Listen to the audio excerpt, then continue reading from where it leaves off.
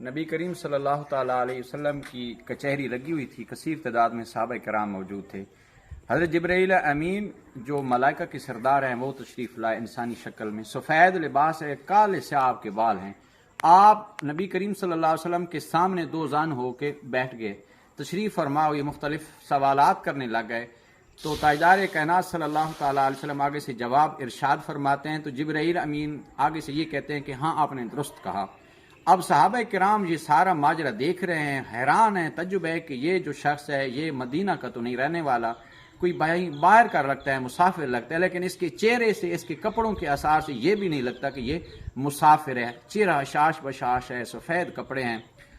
تو اس نے جب جبرائیل امین نے آپ سے سوالات کیے تو سوالات کرنے کے بعد جب جوابات آپ ارشاد فرماتے تو آپ آگے سے کہتے آپ نے درست کہا، تو وہ چلے گئے۔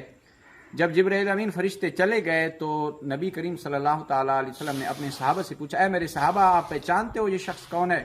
تو صحابہ کرام علیہم رضوان نے عرض کی، یا رسول اللہ واللہ عالم و رسول، رب جانتا ہے یا رب کی عطا سے رب کا محبوب جانتا ہے؟ کریم آقا علیہ السلام نے فرمایا، اے میرے صحابہ یہ فرشتہ حضرت جبرائیل امین تھے، آپ کو آپ کا دین سکھانے کے لیے آئے تھے۔ جبرائیل امین نے پوچھا، یا رسول اللہ صلی اللہ علیہ وسلم مل احسان، احسان کیا ہے؟ کریم آقا علیہ السلام نے فرمایا کہ رب تعالیٰ کی جب عبادت کرو تو آپ کا یہ جذبہ ہونا چاہیے، یہ کیفیت پیدا کرو کہ میں رب تعالیٰ کو دیکھ رہا ہوں۔ اگر یہ کیفیت نہیں، اتنا ایمان میں طاقت نہیں ہے، ایمان میں اتنی استطاعت نہیں ہے، تو پھر یہ کیفیت پیدا کرو کہ رب تعالیٰ مجھے دیکھ رہا ہے۔ کریم آقا علیہ السلام نے فرمایا کہ جو شخص 4 کام کر لے گا رب تعالیٰ بغیر حساب کے جنت میں داخل فرمائے گا۔ سب سے پہلے کیا فرمایا؟ سلام کو عام کرو، قبل السلام، پہلے سلام کرو پھر کلام کرو، سلام کو عام کرنے والا جنت میں داخل ہوگا۔ دوسرے نمبر پہ فرمایا اپنے رشتہ داروں سے اچھا سلوک کرو، صلہ رحمی کرو، آسان کام ہے۔ تیسرے نمبر پہ یہ بتایا کہ غریبوں کو، بھوکھوں کو کھانا کھلاؤ۔ میرے محبوب علیہ السلام نے فرمایا کہ تھوڑا سا سالن میں پانی ڈال دو، شوربہ زیادہ ہو جائے، کسی ہمسائے کو، کسی رشتہ دار کو، دوست احباب کو سالن پیش کرو۔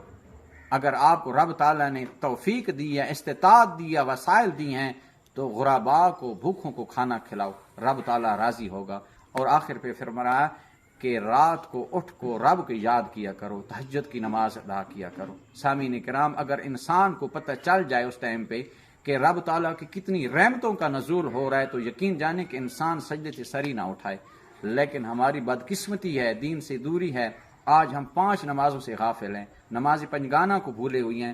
تہجد کی نماز ادا کرنے والے خوش نصیب ہوں گے، تھوڑے سے ہوں گے، بروز قیامت ندا لگائی جائے گی، آواز لگائی جائے گی، لیکن وہ تھوڑے سے ہوں گے، رب تعالیٰ ان کو بغیر حساب کے جنت میں داخل فرمائے گا۔ اللہ کریم مجھے آپ سب کو دین پر چلنے کی، سیکھنے کی، دوسروں کو سکھانے کی توفیق عطا فرمائے۔ کل ایک دعا میں نے آپ کو سینڈ کی تھی، گھر سے نکلتے ٹائم آپ نے پڑھنا ہے، بسم اللہ توکلت علی اللہ لا حول ولا قوت الا باللہ۔ اس دعا کی برکت سے رب تعالیٰ آپ کی اور اپنے گھر والوں کو حفاظت فرمائے گا۔ ساتھ ایک دعا کا آپ نے اضافہ کرنا ہے، صبح کی نماز کے بعد اور مغرب کی نماز کے بعد 7 مرتبہ آپ نے کلمات پڑھنے، اللہم اجرنی من النار، یا اللہ تو مجھے دوزخ کی آگ سے بچا۔ میرے محبوب علیہ السلام کا فرمان مبارک ہے کہ تم دوزخ سے پناہ مانگو، جنت کی طلب کرو۔ دوزخ بھی رب تعالیٰ سے التجا کرتی ہے، باری تعالیٰ اس بندے کو مجھ سے پناہ دے۔ جنت خواہش کرے گی، رب تعالیٰ اس بندے کو میرے اندر داخل فرما۔ اللہم اجرنی من النار، آسان الفاظ ہیں، صبح کی نماز کے بعد اور شام کی نماز کے بعد 7 مرتبہ یہ کلمات پڑھنے کا معمول بنائیے۔ اللہ کریم مجھے آپ سب کو ان کلمات کو سن کر ان پر عمل کرنے کی توفیق عطا فرمائے۔ اللہ تعالیٰ آپ سب احباب کو جزائے خیر عطا فرمائے۔ جزاکم اللہ خیر۔